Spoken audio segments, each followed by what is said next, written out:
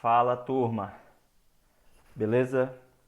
Pessoal, é o seguinte, a gente está finalizando o ano.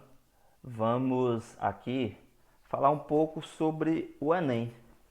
A gente, durante todo esse ano, viu conteúdos, falando de física, é claro, que são extremamente necessários para a gente fazer uma boa prova. Nós vimos todos os conteúdos necessários.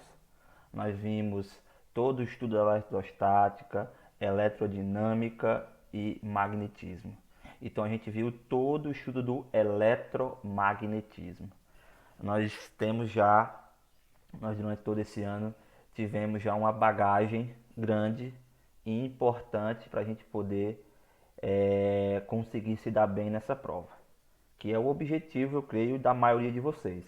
Alguns não fazem Enem, mas muitos de vocês fazem Enem. Enem hoje é a principal porta de entrada para a universidade, para o ensino superior e também para alguns concursos aí, até da área militar. Eu sei de alguns alunos que têm interesse em seguir carreira militar, fazer CFO, né, que é o curso de formação de oficiais, SPSEX, e tem outros tantos por aí na carreira militar, tanto seja Exército, Marinha ou Aeronáutica. Eu tenho um aluno do segundo ano, não é a turma de vocês, mas do segundo ano, que já entrou em contato comigo e pretende fazer ITA. Então, esse vídeo vai estar no YouTube, ele também vai poder ter acesso. Então, vamos falar um pouquinho sobre a física abordada no Enem. Para a gente poder conseguir vencer um jogo, acredito eu que a gente precisa conhecer esse jogo, a gente precisa saber como ele é jogado.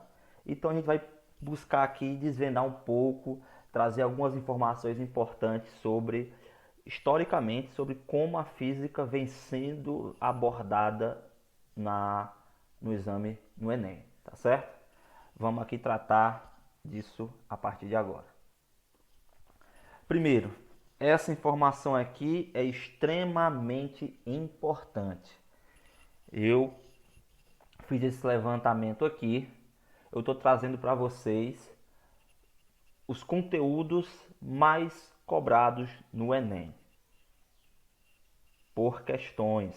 Isso aqui, gente, isso aqui é desde 1998, quando o Enem surgiu, até 2019, até o ano passado. Até o ano passado, nós temos aí esse ranking dos conteúdos mais cobrados no Enem. Vamos ao primeiro conteúdo mais cobrado. Gente, energia. Tá? Estatisticamente falando, dá para a gente perceber 56 questões ao longo de todo esse tempo no Enem. Conteúdo que é mais cobrado, com 56 questões, é energia. Segunda posição, termodinâmica. Fala de calor, transformações de calor, uso do calor para a movimentação, questão de máquinas térmicas e tudo mais. Toda a termodinâmica. Terceiro colocado, vamos falar, dar uma ênfase no top 3. Terceiro colocado, eletricidade. Coisa que a gente estudou agora recentemente no terceiro ano. Energia a gente vê durante os 3 anos, por isso que é o conteúdo mais cobrado e talvez seja o principal conteúdo da física, talvez seja energia. Termodinâmica a gente vê, se vocês viram, no segundo ano. Então tem um pouquinho de tempo a mais que vocês viram. Então, se você planeja o Enem agora em janeiro, aproveitar um pouco das férias que é preciso. A gente teve um ano difícil. Mas se você é preciso, se você quer estudar bem, a gente precisa se esforçar um pouco mais. O sucesso é proporcional ao esforço. Novamente, o sucesso é proporcional ao seu esforço. Se você se esforçar mais, você vai ter um resultado diferente, você vai ter um resultado melhor do que aquele que se esforçou menos. Isso não sou eu que estou falando, é a realidade. Quem se esforça mais, quem dorme menos para estudar, quem deixa de sair, de aproveitar menos para estar estudando, resolvendo questões, com toda certeza vai se dar melhor do que aquele que preferiu aproveitar um pouco mais é, do que a vida tem a oferecer, né? A gente precisa perder algumas coisas hoje para ganhar algumas coisas depois lá na frente. Perde um dia de farra, de festa, da série para você assistir, você resolver questão, para você estudar. Lá na frente a vida vai lhe recompensar. Então, se você pretende elaborar um plano de estudo para essa retazinha final, férias para poder ter um pouco de tempo de descanso e ainda ter um cronograma de estudos, tá aí uma dica. Você pode ir analisando aí 3 conteúdos que eu indico para você estudar, dar uma revisada. É claro que se você quiser realmente se esforçar muito mais e aproveitar todo esse período para estudar, tem todos esses conteúdos, essa lista enorme aí. Tem ondulatória, tem cinemática, tem ótica, dinâmica, introdução à física, hidrostática e eletromagnetismo.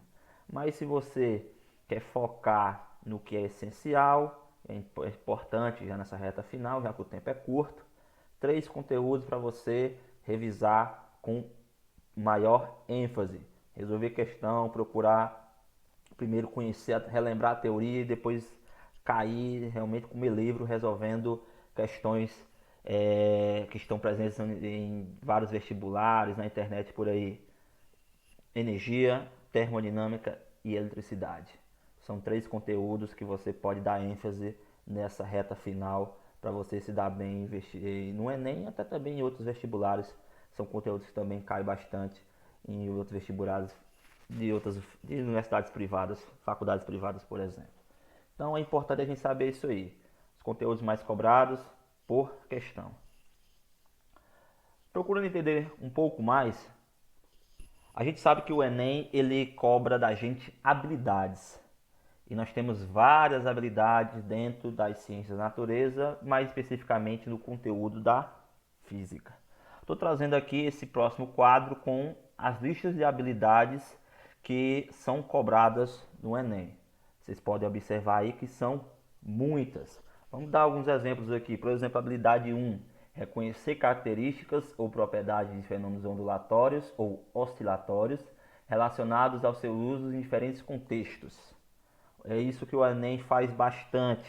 Ele pega o conteúdo limpo, o conteúdo teórico, duro, seco lá da física que a gente vê no ensino médio, e o que é que ele faz? Ele relaciona esse conteúdo com a situação corriqueira, que a gente faz, muitas das coisas a gente faz sem pensar, a gente vê um fenômeno físico acontecendo, mas é tão corriqueiro que a gente não para analisar. E a física, o Enem faz isso. Ele pega aquele conteúdo, o fenômeno físico cotidiano que acontece, relaciona com o conteúdo, com aquela forma, com aquela equação, com aquela teoria que a gente viu na sala de aula. Essa ligação é importante a gente saber reconhecer esse tipo de coisa. Você vê um fenômeno acontecendo, um fenômeno físico acontecendo, você saber relacionar, lembrar da teoria, buscar equações para poder descrever aquilo. É o que a física faz. A física ela observa fenômenos naturais e descreve-os através de relações matemáticas, para poder reproduzir esse fenômeno e entender do porquê ele acontece e por que ele acontece daquela maneira. Então essa é uma habilidade que a gente tem que ter. Saber relacionar coisas do contexto, do cotidiano, com os conteúdos que a gente viu na sala de aula. Uma outra habilidade, por exemplo, é dimensionar circuitos, habilidade 5, ou dispositivos elétricos do uso cotidiano. Estudou muito sobre eletricidade, análise de circuito. Nós vimos geradores, nós vimos receptores, resistores. A gente viu esses elementos que estão presentes em dispositivos elétricos que a gente utiliza. O computador que eu estou utilizando agora, no celular ou no computador que você está utilizando agora nesse momento para assistir esse vídeo. Nos vários aparelhos que a gente tem na nossa casa, a eletricidade hoje é essencial para nós. Vídeo que aconteceu agora recente, pelo menos recente no período que estou gravando esse vídeo. Vai estar na internet, né? No futuro lá, outras pessoas vão assistir esse vídeo. O que aconteceu agora no Amapá, um apagão.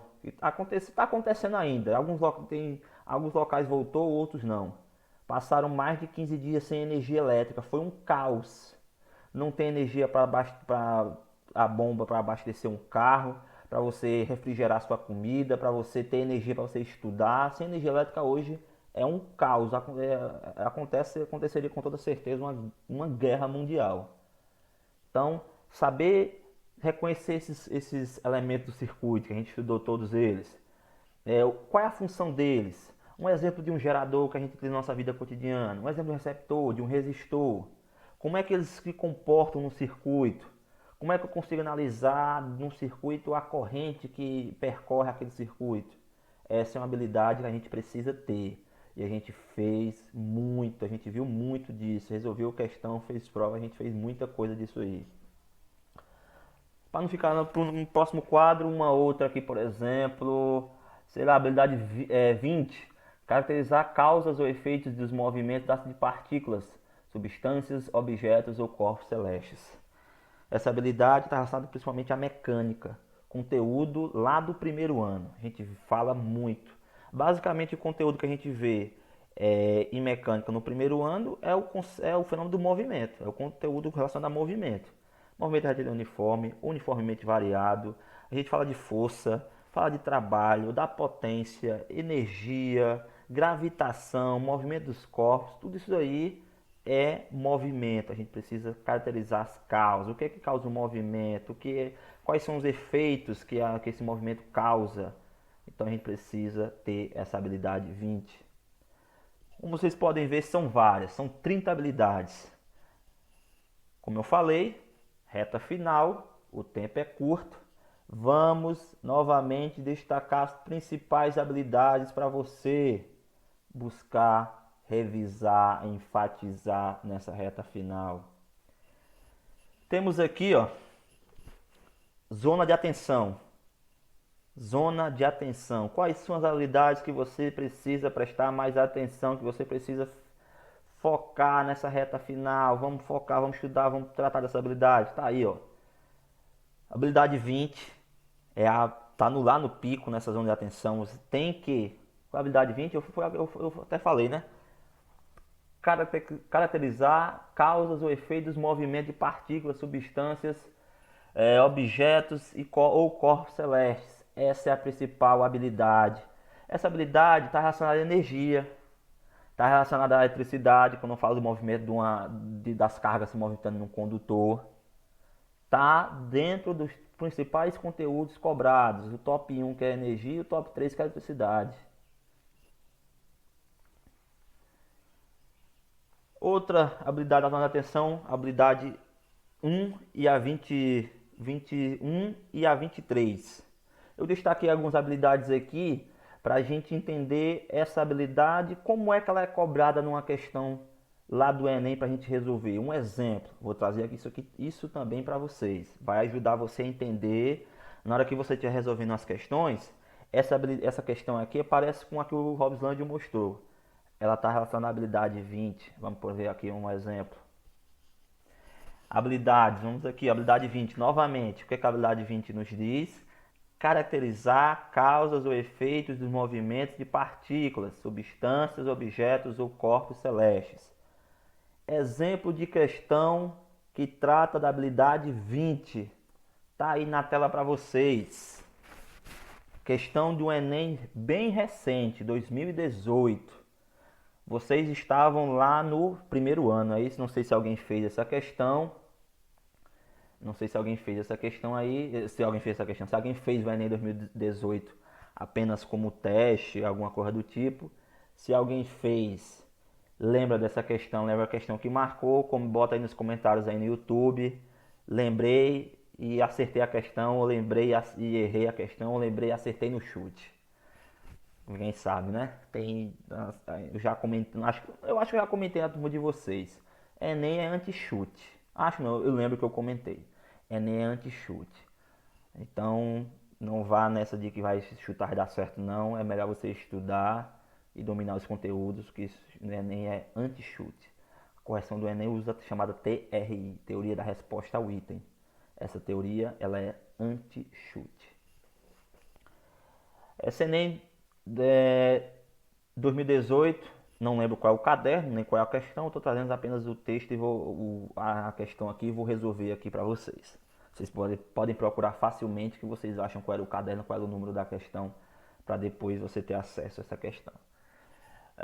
Ficou cortado aqui um trecho do enunciado, mas diz o seguinte: um projetista deseja construir um brinquedo que lance um pequeno cubo dentro de um trilho horizontal e o dispositivo precisa oferecer uma opção de mudar a velocidade de lançamento. Para isso, ele utiliza uma mola e um trilho onde o atrito pode ser desprezado conforme a figura. Então, basicamente, esse brinquedo tem um trilho. Eu vou empurrar esse trilho para comprimir a mola. Assim, quando eu solto esse cubo, o que acontece? A mola empurra o cubo e ele se movimenta. É um brinquedo projetado por alguém aí. E o que ele quer? Ele precisa variar a velocidade com que esse cubo se movimenta. Uma hora ele quer que ele seja mais rápido, outra quer que seja mais devagar. Então, esse é o que esse é o contexto da questão. Movimento de um objeto. Para que a velocidade de lançamento do cubo seja aumentada 4 vezes, para que eu aumente a velocidade 4 vezes, o projetista deve, tem umas opções, manter a mesma mola e aumentar 2 vezes a sua deformação. Manter a mesma mola e aumentar 4 vezes a sua deformação. Manter a mesma mola e aumentar 16 vezes a sua deformação. Trocar a mola por outra de constante elástica 2 vezes maior e manter a deformação. Trocar a mola por outra de constante elástica 4 vezes maior para manter. Trocar a mola por outra de constante elástica 4 vezes manter a deformação. Era para, no caso, e manter a deformação, né? Faltou um i ali. Eu suprimi aqui esse i na hora de digitar aqui. Perdão pelo meu erro. Então, essa questão da relação da habilidade 20. Caracterizar causas ou efeitos do movimento. Então, vamos entender qual é a causa e efeito aí no movimento relacionado ao brinquedo projetado projetado aí. Gente, o que está acontecendo aqui? Quando eu empurro esse cubo, comprimindo essa mola, causando uma certa deformação na mola, a mola vocês sabem, tem um tamanho natural, tamanho inicial. Se você esticar ou comprimir ela, você causa uma certa deformação, ela varia de tamanho. Quando eu estou comprimindo essa mola, estou causando deformação, ela aumenta de tamanho. Quando eu faço isso, o que acontece, gente? Essa mola, ela guarda, eu vou botar entre aspas, ela vai ter guardada ali naquele sistema energia potencial elástica. Energia potencial elástica. Quando eu solto o cubo liberando esse cubo, o que acontece? A mola vai voltar à sua posição inicial. Ela tem essa propriedade. Então, essa energia cinética vai ser liberada e essa energia potencial elástica vai ser liberada para que, fazendo com que o cubo se movimente. Essa energia de movimento nós chamamos de energia cinética. Então, em outras palavras, ou seja, o que está acontecendo aqui? Transformação de energia. Energia cinética sendo transformada em energia potencial gravitacional sendo transformada em energia cinética. A energia aqui total no sistema ela é conservada. A energia inicial, que era elástica, se transforma depois totalmente em energia cinética. Toda a energia que foi guardada na mola quando ela foi comprimida é transformada em energia de movimento para esse cubo se movimentar. Então, a causa e o efeito está relacionado aqui à conservação da energia. Transformação de energia elástica em energia cinética. Então, a gente precisa, através de a gente vai resolvendo essa questão aqui, se a gente lembrar do princípio da conservação da energia mecânica, eu vou igualar a energia inicial e a final, já que ela é conservada, a energia inicial é igual à final. Quem é energia inicial? Energia potencial elástica. Quem é final? Energia cinética. Então, através de um trabalho matemático, essa questão é pura álgebra, observa que ele não deu dado numérico nenhum. Você pode procurar aí, não tem um valor da constante da mola, não tem a massa do cubo, não tem o tamanho inicial da mola, não tem nada disso. Porque essa questão ela é puramente álgebra, ciência, a ciência do desconhecido. A gente vai trabalhar apenas com letras, com variáveis. Porque essa questão ela não quer uma velocidade específica para uma deformação, ela quer uma expressão geral, uma equação matemática para eu poder entender como é que eu vou, de acordo com a deformação, ter uma certa velocidade. Vamos resolver essa questão aqui agora. Presta atenção aqui, que a questão não é difícil não. Deixa eu procurar uma tela em branco aqui.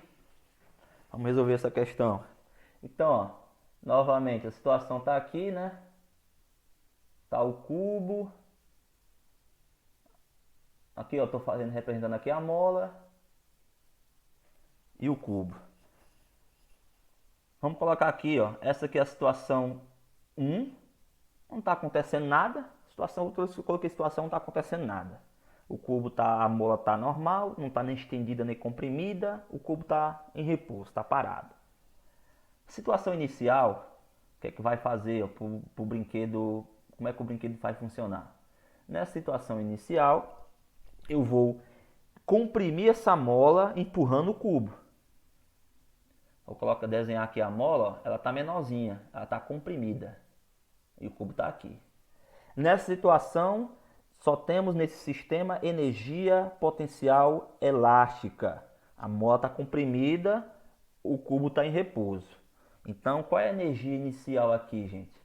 Energia potencial elástica, para quem não lembra, é 1/2 de K, que é a constante, X, que é a deformação, o tamanho que essa mola vai diminuir, ao quadrado. Essa é a situação 1. A situação inicial. O que vai acontecer na situação final? Eu vou, F de final, eu vou liberar esse cubo. A mola vai retornar à posição dela inicial, ao tamanho inicial, e quando isso acontece, ela vai empurrar o cubo. O cubo vai passar agora a se movimentar com uma certa velocidade V. Tá aqui, ó. Ele passa a ter movimento. Estava em repouso, agora tem movimento. Qual é a energia final agora nessa situação? Energia cinética, 1/2 de M. Perdão, deixa eu conseguir corrigir esse M aqui. 1/2 de mv ao quadrado. Quem é M? É a massa da mola. Não, no caso é a massa do cubo, né? A gente está falando da massa do cubo, é o cubo que está se movimentando. V, é claro, é a velocidade com que o cubo se movimenta. 1/2 de mv ao quadrado. Inicial, energia potencial elástica. Final, energia cinética. Princípio da conservação da energia. A energia não é criada, não é construída, é sempre transformada. A energia, nesse caso aqui, nem foi destruída, nem criada, ela foi apenas transformada. A energia inicial é exatamente igual à energia final, só que de uma outra forma. Então, ó, vou igualar essas duas energias. Energia inicial e energia final. Então, o que é que eu vou fazer aqui, ó? Trabalhando com álgebra. 1/2 de kx ao quadrado, kx ao quadrado, é igual a 1/2 de mv ao quadrado. Princípio da conservação da energia mecânica. A energia mecânica inicial é igual à energia mecânica final. Agora eu vou procurar, a gente quer tratar da velocidade, qual é a deformação que eu tenho que ter para ter uma velocidade 4 vezes maior. Vamos procurar aqui, vamos trabalhar com essa equação aqui, vamos encontrar qual é a relação entre a deformação x e a velocidade v. Ó, vamos trabalhar em matemática aqui, ó. Esse 2 aqui, do outro lado da equação, no segundo membro, está dividindo. Se eu passar para o outro termo, para o primeiro, ele vai passar multiplicando. Se eu passar um 2 multiplicando aqui, ó, eu passei o 2 multiplicando aqui, o que é que acontece? 2 dividido por 2 dá 1. Então eu vou ter a seguinte expressão: kx ao quadrado é igual a mv ao quadrado. Certo?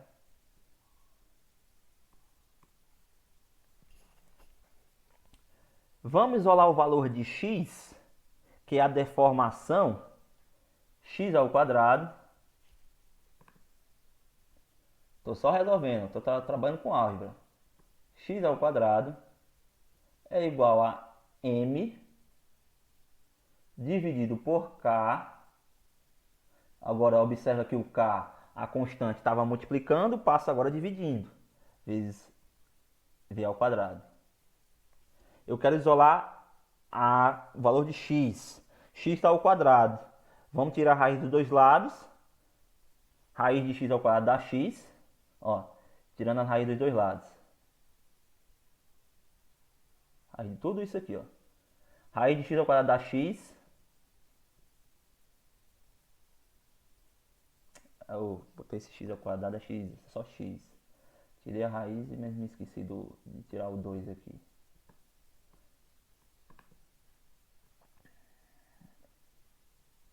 Ó,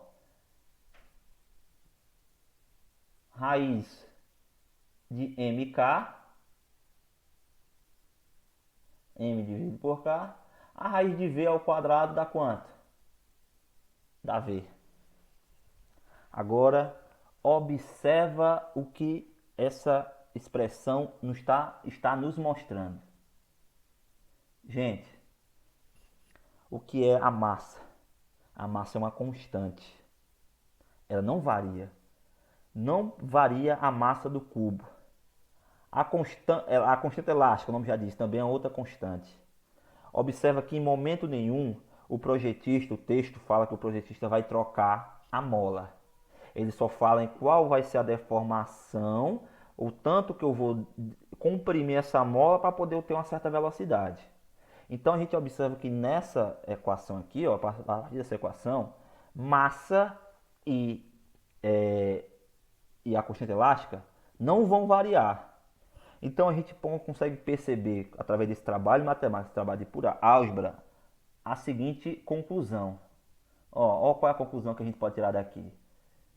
A deformação é diretamente proporcional à velocidade.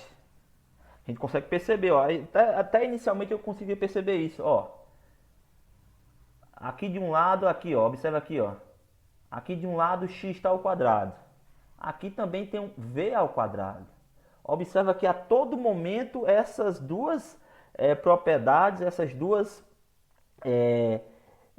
esses dois valores aí, essas duas grandezas, sendo mais correto, essas duas grandezas, deformação e velocidade, estavam todas dentro de uma mesma taxa de grandeza, de variação. X ao quadrado e v ao quadrado. Quando eu terminei de desenvolver essa equação matemática aí, eu encontrei que Vx é igual a raiz de Km vezes V. Km é uma constante, a gente sabe que não vai mudar. Então o que é que está mudando aí? Apenas o valor da deformação e a velocidade. Como é que essas coisas mudam? Diretamente proporcional. Ou seja, se eu aumentar a deformação, eu aumento a velocidade da mesma proporção. Se eu diminuir a deformação, eu diminuo a velocidade da mesma proporção. Observa então, para o que se x é proporcional a v, para eu ter uma velocidade 4 vezes maior, o que eu posso entender por isso aí? Ó? Se x aumenta de acordo, se v aumenta de acordo com x, se eu quiser ter uma velocidade 4 vezes maior, eu vou precisar fazer o quê? Eu vou precisar comprimir essa mola 4 vezes mais. Eu tenho que aumentar a deformação 4 vezes. A gente percebeu isso a partir dessa análise matemática, análise aqui desse desenvolvimento dessa álgebra, dessa expressão aí, algébrica, a partir do conceito de conservação da energia mecânica. A energia inicial é igual à final, a energia potencial elástica é igual à energia cinética. Eu fiz um trabalho matemático e fui isolando x, encontrei a relação de que x é diretamente proporcional a v. Se eu aumentar x 2 vezes, a a mola, a velocidade aumenta 2 vezes. Se aumentar a deformação 3 vezes, a velocidade aumenta 3 vezes. Se aumentar a deformação 4 vezes, eu aumento a velocidade 4 vezes. Então observa que a gente tem como resposta correta para essa questão aí, ó, manter a mesma mola e aumentar a deformação 4 vezes. A resposta correta para essa equação é letra B. B de bola. Você poderia de cara já eliminar essas duas aqui, ó, gente, ó. Em momento nenhum, se você ler a questão dessa com calma, em momento nenhum você percebe que o projetista fala em mudar a mola. Em momento nenhum. O que ele quer é variar a velocidade de acordo com a deformação. Ele não vai estar mudando mola nenhuma. É um brinquedo, tem a mola tá lá fixa, eu vou apenas variar a deformação para ter uma certa velocidade. Não mudo mola. Já de cara poderia eliminar a letra D e a letra E. Aí, se você soubesse, lembrasse da conservação da energia mecânica, fizesse um trabalho matemático simples que eu mostrei aí, não tem nada complicado demais. Passa um 2, divide 2 por 2 dá 1, depois passa um K dividindo, tiro uma raiz de dois lados, encontro lá, eu teria que saber que a massa é uma constante no cubo, não muda o tamanho do cubo, a massa. Não vou mudar a mola, então não muda a quantidade da mola. Se eu sei que lá é constante, aqui não varia, eu cheguei a uma conclusão de que x varia de acordo com v. São coisas diretamente proporcionais. Se uma aumenta, a outra aumenta da mesma forma. Se uma diminui, a outra diminui da mesma forma. Se eu quero, então, aumentar a velocidade 4 vezes, eu preciso aumentar a deformação 4 vezes. Resposta para essa questão é letra B, novamente. Um comentário. Está com uns 3, 4 anos seguidos que cai questão que a gente resolve com o princípio da conservação da energia mecânica. Ano passado acho que caiu uma questão que tratava de era um brinquedo também que girava. Era energia cinética e energia potencial gravitacional. Era um brinquedo que caía de um local e depois girava. Resolvi com conservação da energia mecânica. Energia inicial igual a final. Tá com uns 3, 4 anos que sempre cai uma questão que você resolve com conservação da energia. Energia, como foi mostrado até então, é o conteúdo que é mais cobrado. Está dentro da habilidade também que é mais cobrada de vocês. Qual é a habilidade mesmo? Novamente, caracterizar causas ou efeitos dos movimentos de partículas, substâncias, objetos ou corpos celestes. Vamos aqui seguir, ó. A outra característica, habilidade mais cobrada. Vamos focar habilidade 1, reconhecer características ou propriedades dos fenômenos ondulatórios ou oscilatórios relacionados a seus usos em diferentes contextos. Vamos ver um exemplo de uma questão que cobra essa habilidade? Tá aqui, ó. Enem 2013. Uma manifestação comum das torcidas em estádio de futebol é a ola, acho que é a ola mexicana que fala aí. Ficou cortado. Os espectadores de uma linha sem sair do lugar e sem se deslocar lateralmente ficam de pé e se sentam, sincronizados com uma das linhas adjacentes. O efeito coletivo de propagação do espectador no estádio, formando uma onda progressiva conforme a ilustração. Então observa, todo mundo sabe o que a gente está falando, né? Aquela famosa ola no estádio de futebol. Todo mundo se levanta e abaixa de uma certa, faz uma certa sincronia, formando lá a ola. Ola em espanhol é onda. Essa ola, salvo engano, é uma informação extra, vai que cai alguma coisa desse tipo no Enem, tá a informação extra. A ola, ela foi inventada na Copa do México em 70, no estádio Azteca, no Brasil foi tricampeão. A ola foi inventada na Copa de 70. Por isso que é conhecida como ola mexicana, que foi na Copa Ciudad del México, na cidade do México. O Brasil foi tricampeão, né? Então, tá aí a ilustração do que está acontecendo, todo mundo sabe o que está acontecendo, mas o Enem, para não deixar pontos sem nó, ele traz a ilustração aí para a gente entender a dinâmica da coisa. Então, onda. Ola, onda. Reconhecer características ou propriedades dos fenômenos ondulatórios. Calcula-se que a velocidade de propagação dessa onda humana, a ola, é de 45 km por hora e que cada período de oscilação contém 16 pessoas que se levantam e sentam organizadamente em distâncias entre si de 80 centímetros.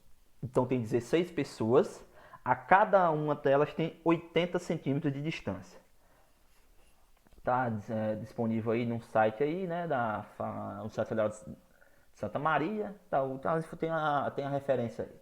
Nessa ola mexicana, a frequência da onda em Hertz é um valor mais próximo de 0,3, 0,5, 1, 0,9 ou 13,7.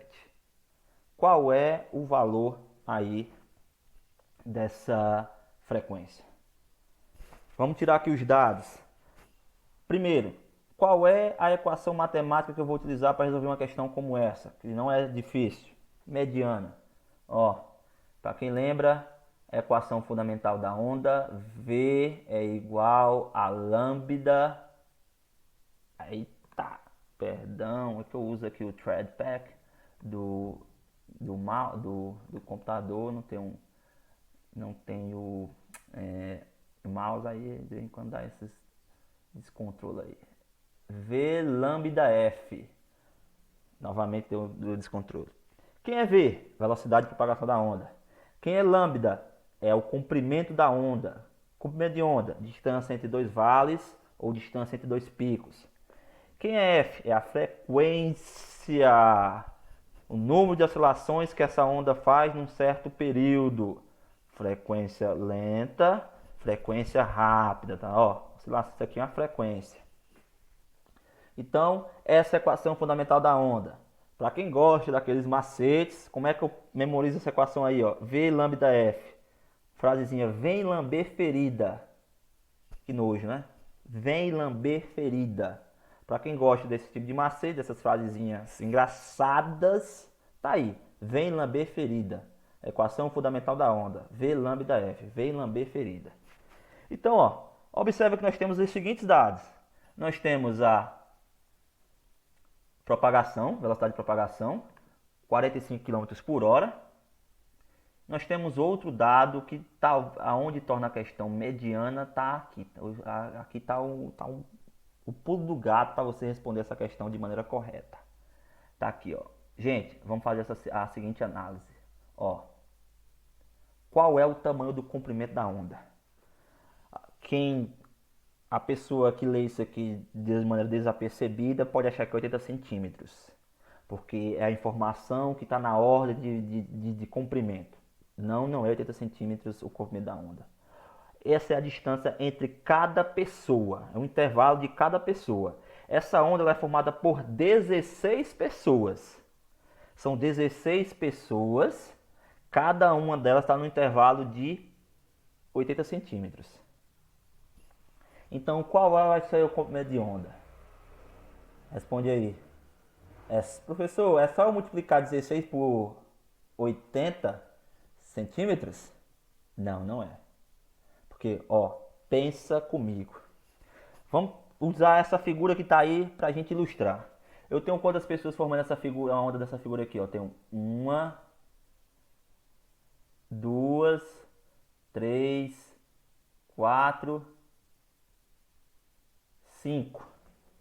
Mas observa quantos intervalos tem em cada uma dessas pessoas. Tem, ó, um intervalo, 2, 3, 4. Então, se eu fosse utilizar esse exemplo aí para calcular o comprimento da onda, eu ia multiplicar os espaços vezes quanto? Vezes 5 ou vezes quanto?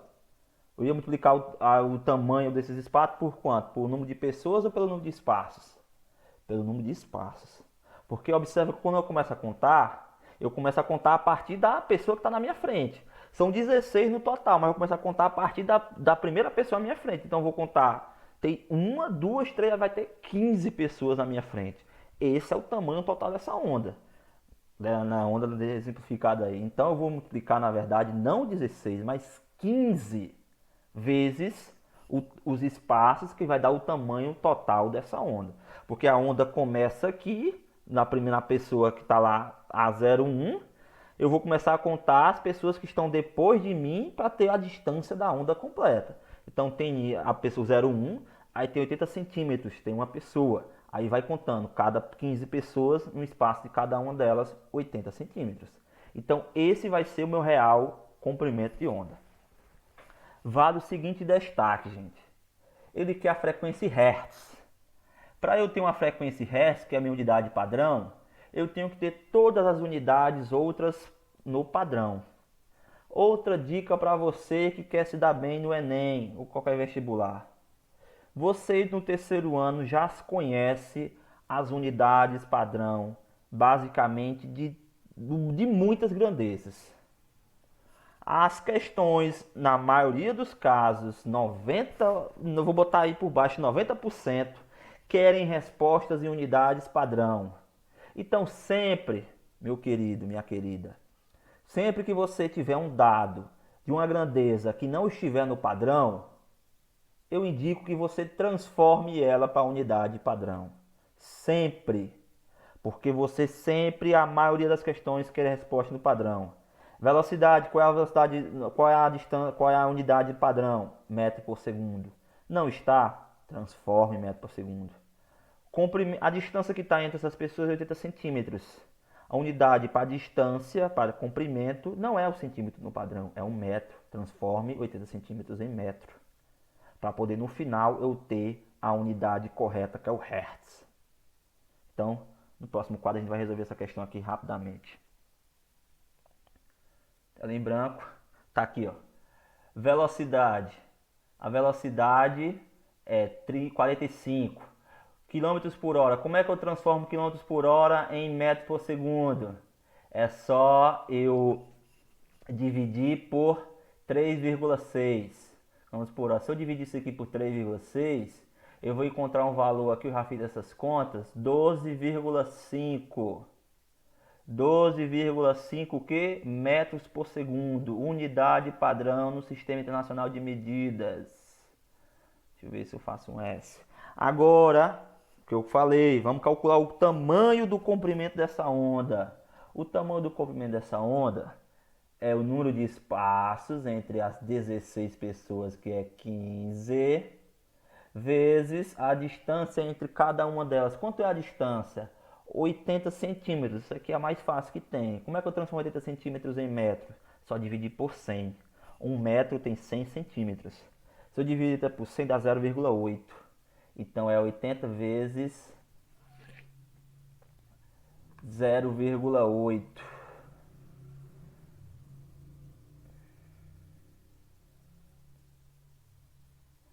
0,8, né? Dividir 80 por 100 dá 0,8. Quanto é 0,8 vezes... Que droga! Perdão.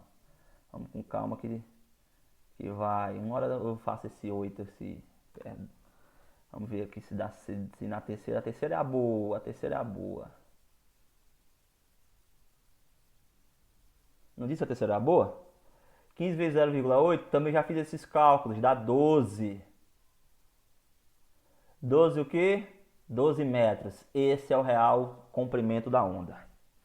Agora eu vou utilizar aquela equaçãozinha lá, V lambda ferida, V lambda F, e substituo os valores. V de vem, lambda de lamber, F de ferida, vem lamber ferida. Vamos substituir. Quanto vale V? 12,5. Quanto é que vale lambda? Vale 12. Quanto é que vale F? Não sei. Vamos determinar agora. Como é que eu faço para isolar o F? Vou passar o 12 para o outro lado que está multiplicando e dividindo. Se eu fizer isso, eu vou encontrar, ó, vou ter VF, a frequência é 12,5 dividido por 12. Sabe quanto é que dá isso aqui? Isso aqui dá aproximadamente 1. Isso aqui dá aproximadamente 1 Hz. Essa é 1 Hz. Essa é a frequência de vibração dessa ola mexicana. La ola del México. Gostar do meu sotaque espanhol? Aproximadamente, o símbolo é esse, 1 Hz, Hz, que é o símbolo para Hertz, unidade de medida de frequência. Então qual é a resposta correta? Letra C, 1 Hz é o valor aproximado da frequência dessa onda mexicana. Questão típica que trata da habilidade 1. A outra, vamos aqui, vamos seguir. Habilidade 21, terceira habilidade mais cobrada. Utilizar leis físicas ou químicas para interpretar processos naturais ou tecnológicos inseridos no contexto da termodinâmica ou do eletro. Termodinâmica, vamos relembrar aqui, ó, é o segundo conteúdo mais cobrado. 51 questões. Vamos resolver uma questão de termodinâmica aqui. Questão tranquilíssima, facílima, não precisa de cálculo nenhum. Em 1962, um jingle, que é o jingle, é uma vinheta musical, criado por Heitor Carrillo, não sei se esse cara é espanhol, mas estou lendo de maneira espanhol, os dois L's têm som de J. O Heitor Carrillo fez tanto sucesso que extrapolou as frequências do rádio e chegou à televisão, ilustrado por um desenho animado. Nele, uma pessoa respondia a um fantasma em sua porta, personificando o frio que não deixaria entrar, pois não abriria a porta e compraria lãs e cobertores para aquecer sua casa. Apesar de memorável, tal comercial televisivo continha correções a respeito de contextos físicos relativos à calorimetria. Tá aí a referência. Para solucionar essas incorreções, deve-se associar à porta ou aos cobertores, respectivamente, as funções de qual é, nessa situação cotidiana, o frio. Para eu estou na minha casa, utilizo porta, cobertor de lã, materiais mais grossos.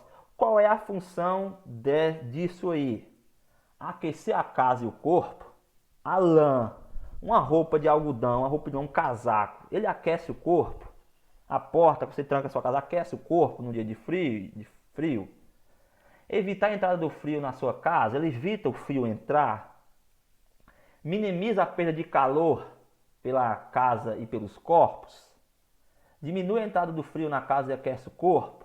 Aquece a casa e reduz a perda de calor pelos corpos. Vale o seguinte comentário.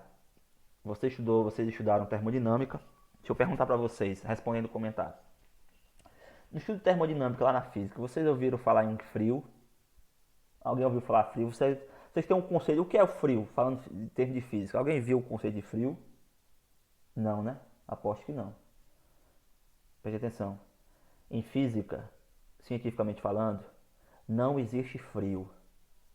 Novamente, não existe frio para a física. Frio, para nós, é uma sensação. Você está num local com temperatura baixa, a menos 2 graus, nevando, você diz que tem frio, porque é uma sensação. Frio é uma sensação. Não é, tanto que não é uma grandeza física, porque frio é relativo.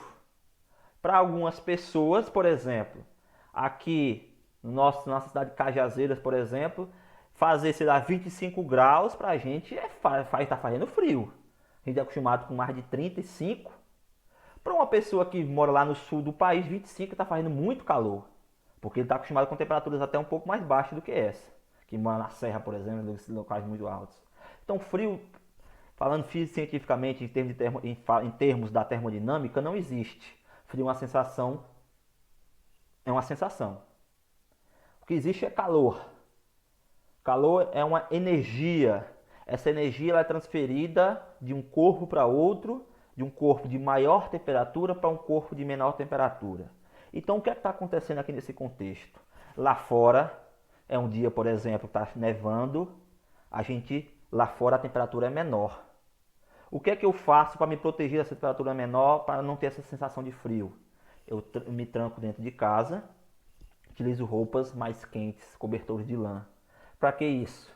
Para evitar essas trocas de calor. Eu estou dentro do local fechado com maior temperatura, o meu corpo tem uma temperatura natural, 36,5 graus, eu tenho uma temperatura maior, o ambiente externo tem uma temperatura menor, eu vou trocar energia em forma de calor com o ambiente, nessa troca de energia eu estou perdendo calor, perdendo energia, eu tenho essa sensação de frio. Então, o objetivo de fechar da porta e do cobertor é minimizar a perda de calor. Alguém já ouviu falar de um cobertor que aquece? Quem aquece é uma chama de fogo, é o fogão. Que aquece é um aquecedor. Aqui a gente costuma comprar, quem pode, um ar-condicionado. Locais que não faz muito frio, compram um aquecedor, aquecedores, né? Chama calefadores. Então, cobertor e porta não aquece ninguém. Não diminui a entrada. Não reduz perda. O cobertor não vai reduzir perda de calor pelos, não vai aquecer e reduzir perda. Então a resposta correta aí, ó, isso aqui eu respondi apenas com conhecimento teórico da termodinâmica, lá no início da termodinâmica, da calorimetria. Esses materiais são materiais isolantes térmicos, eles minimizam a perda de calor. Então eu vou perder menos calor para o ambiente, eu vou ter uma menor sensação de frio. Resposta correta para essa questão, letra C. Questão relativamente fácil, é nem 2018, 2 anos atrás, fazer 2 anos atrás aí, né? Utilizar leis físicas ou químicas para interpretar processos naturais ou tecnológicos inseridos no contexto da termodinâmica, foi nesse caso, ou do eletromagnetismo. Vamos finalizar aqui com a quarta habilidade mais cobrada, avaliar a possibilidade de geração, uso ou transformação de energia em ambientes específicos, considerando implicações éticas, ambientais, sociais e econômicas. Essa habilidade aqui é interessante, porque não está só na física, está em geografia, está em história, está em muitas disciplinas, porque o tema do século é o meio ambiente, é a questão ambiental. Se fala muito, hoje a gente procura gerar energia de maneira, entre aspas, limpa. Então cai muito dessa habilidade aqui, está relacionada não só à física, a muitos conteúdos, a outras disciplinas, a outros componentes que são cobrados lá no Enem. Um exemplo aqui, ó. Não, acabei me esquecendo e realmente eu me esqueci, não me lembro qual foi o ano que caiu essa questão aqui. Mas você pode achar, você digita aí o ano certo dessa questão, você encontra qual foi o ano. Muitas usinas hidrelétricas estão situadas em barragens. As características de uma das grandes represas e usinas brasileiras estão apresentadas no quadro abaixo.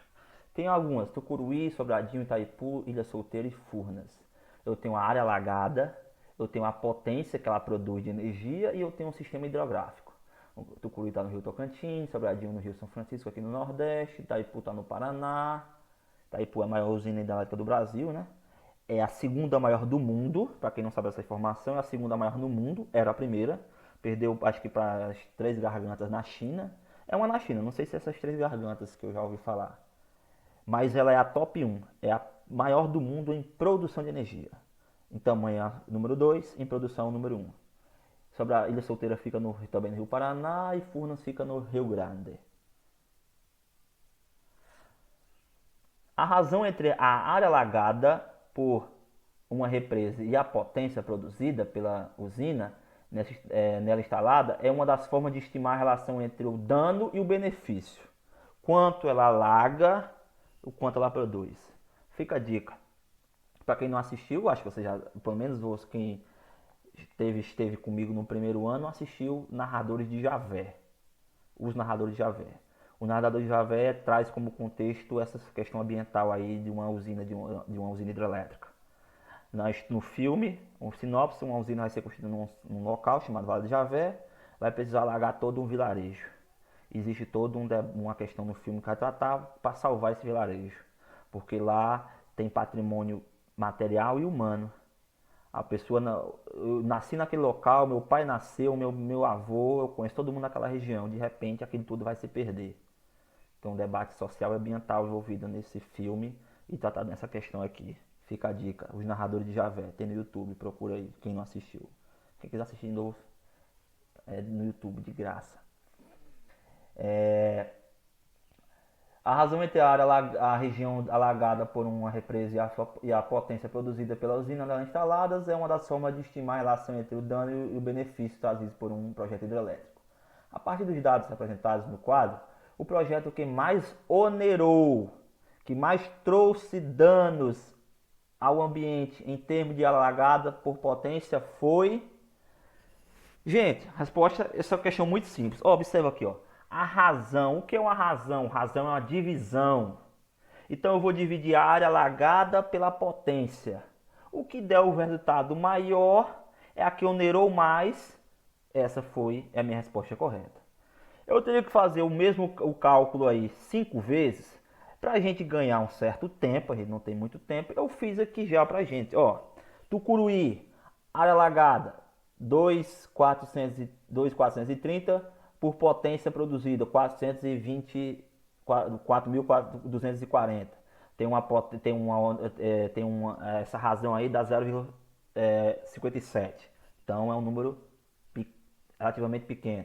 Sobradinho, já deu qual o valor que deu? Deu 4,01. Itaipu 0,10. Olha o impacto pequeno. Ilha Solteira deu 0,33. Furnas 1,10. Então observa aí a questão, qual é que a questão pede? A partir dos dados apresentados no quadro, o projeto que mais onerou, que trouxe mais impactos ambientais, contendo como forma de estimar a relação aí, a razão entre a área alagada e a potência. Tá aqui, ó. Foi Sobradinho. Resposta correta seria aqui, ó. Letra... cadê? Sobradinho, letra E. Olha aí, vamos comparar. Vamos comparar aí, ó. Olha o que acontece com Sobradinho. Eu alago mais de 4.000 metros, 4.000 quilômetros de extensão e só produzo um pouco mais de 1.000 quilowatts. Isso aqui foi um projeto muito mal feito. O Sobradinho foi um projeto aí bem mal feito, né?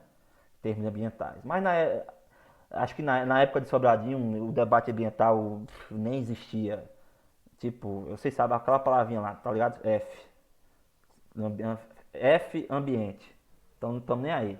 Vamos gerar energia. Agora se você for pensar, que deu menor aí, foi. Ó Itaipu. Olha o que Itaipu, eu alaguei um pouco mais de 1.300 quilômetros quadrados, ao quanto eu produzo mais de 12.000 megawatts de energia elétrica. Então, olha que o custo, falando em termos de custo-benefício, foi muito maior. Então a resposta está aí, gente. Letra E. Sobradinho é o que mais onerou o meio ambiente, tendo como estimativa aí a razão área alagada por energia produzida, potência de energia produzida. Então tá aí, gente. Essa é a física abordada no Enem. Trouxe para vocês os conteúdos mais cobrados, as habilidades e exemplos de questões. Acredito que esse vídeo pode ajudar você nessa reta final a, quem sabe, traçar um plano de estudos tendo como foco o que é mais importante, já que a gente precisa ter prioridades. Quando tudo é prioridade, nada é prioridade. Prioridade é escolher algumas coisas, isso é ter prioridade. Então, se o tempo está curto, a gente está cansado, então quer buscar um tempinho, que é preciso um tempinho aí nessas fériasinhas de vocês, para dar uma estudada. Priorize esses conteúdos aí que eu destaquei, que acredito que vai ajudar você a alcançar o seu objetivo. E é o que eu torço muito para você alcançar o seu objetivo, para você alcançar o curso que você quer. Não o que você pode fazer, mas o que você quer. O sucesso é diretamente proporcional ao seu esforço. Se você se esforçar muito, o seu sucesso vai vir. Tá ok? Um abraço para vocês e até outro momento.